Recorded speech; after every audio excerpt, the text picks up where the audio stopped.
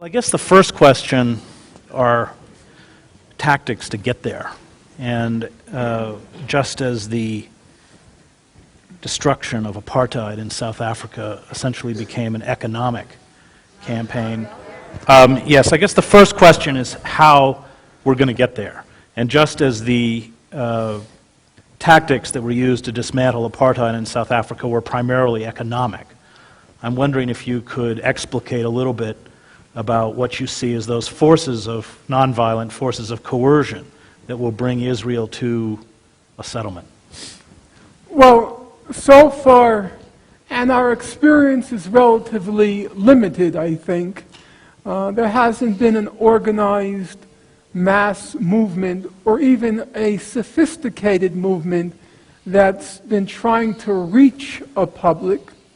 Too much in the past has been sloganeering, and sloganeering of a very infantile sort, of which I'm as guilty as anyone else. I remember in the 1980s when I first got involved, we used to walk down the streets of New York warily, chanting slogans like, "Everybody should know I support the PLO." Well, it rhymed, but it was not going to reach a broad public in New York.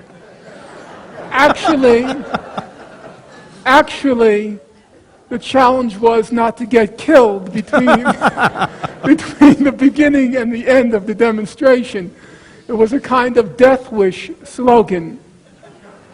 There have been basically in recent times three kinds of tactics that have been attempted.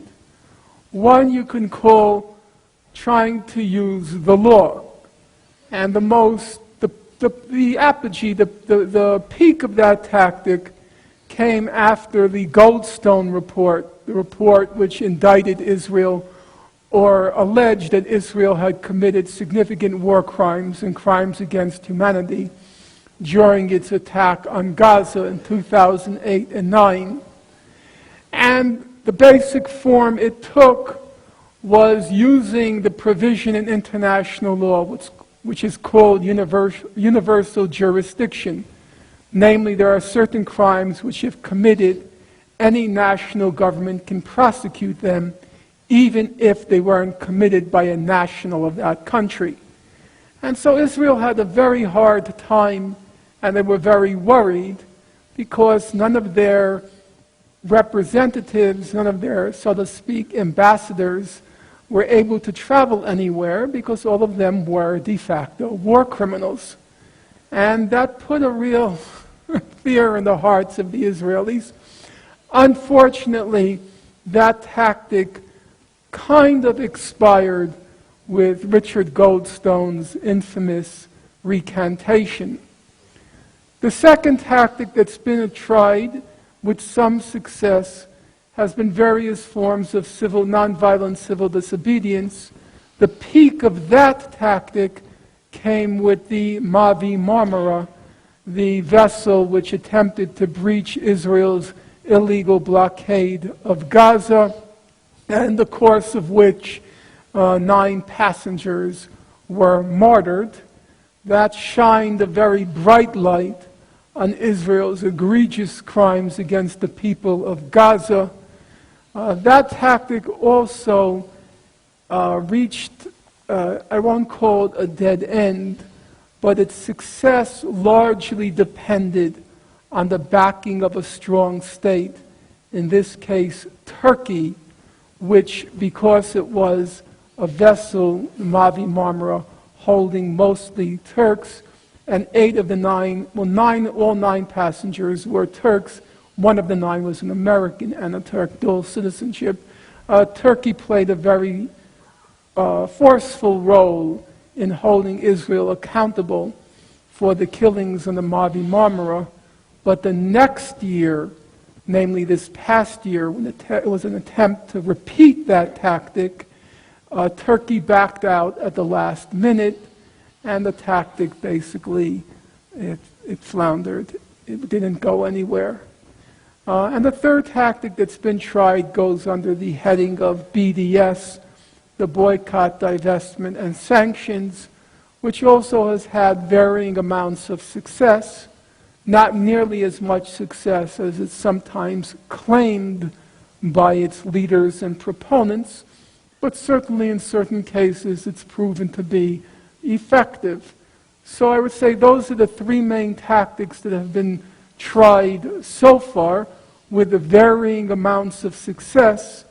My opinion is, as I've tried to convey this evening, if we can clearly articulate the goal, each of those tactics, its success rate will be vastly increased. Because people, for example, if you say, we want you to boycott Israeli products, they obviously say, why and until when?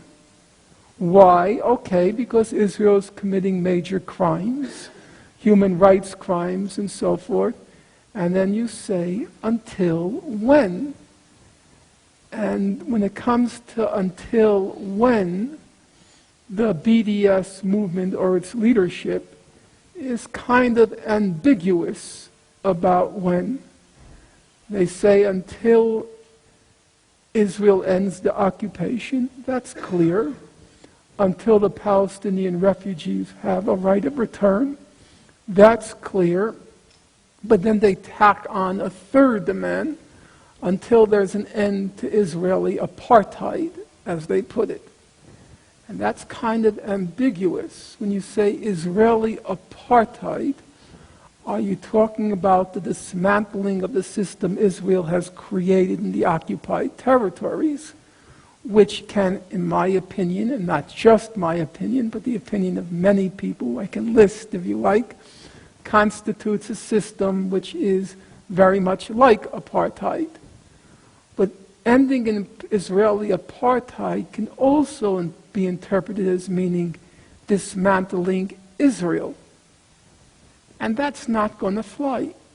Again, I'm not talking about issues of morality or ethical, what's more ethical. It simply has no possibility, in my opinion, of reaching a broad public. So I think at this point, the most important item on our agenda is we have to unify ourselves around a goal which no reasonable person in public can find reproachable. That's what we need to do. You, in the manuscript that I was reading of your new book, talked about the deterioration within the Israeli political establishment. At one point, you mentioned Abba Eban, the former foreign minister, who had 3 firsts at Cambridge, and today we have Avigdor Lieberman, whose origins began as a bouncer at a nightclub in Moldova. A similar kind of deterioration has happened within the American political establishment. One completely corrupted by money. The inability on the part of the citizen to find redress within the Congress. Given these two deteriorations, both within Israel and within the United States, given a lack of Abba Ebans, or King Hussein's, or Yitzhak Rabin's, doesn't this make any kind of a movement much more difficult because finally they're not beholden to the concerns of the public? Well, I don't think the comparison is exact.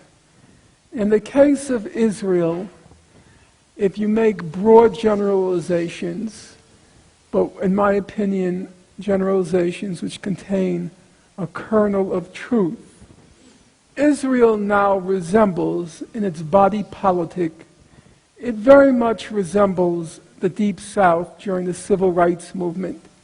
It is, and I'm not saying this in a pugnacious way, it is mean country. It is a very tough nut to crack right now.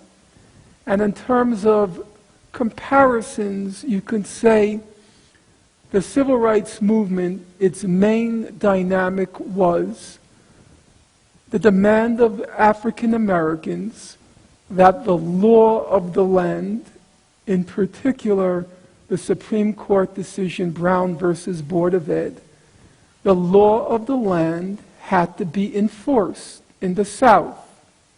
And the demand that was made was that the federal government had to enforce the law in the South. And that meant breaking the back, not physically, but certainly politically, breaking the back of a phalanx of white supremacy and just ugliness. And similarly, I think, the challenge now in the Israel-Palestine conflict is it's the law of the international community, as I described it, I think accurately, that now has to be imposed on Israeli society, and politically, its back needs to be broken. It too is a very mean country. On the other hand, in the United States, I think it's true that there is a broad public, maybe, as the young people say, reaching up to 99% of the American people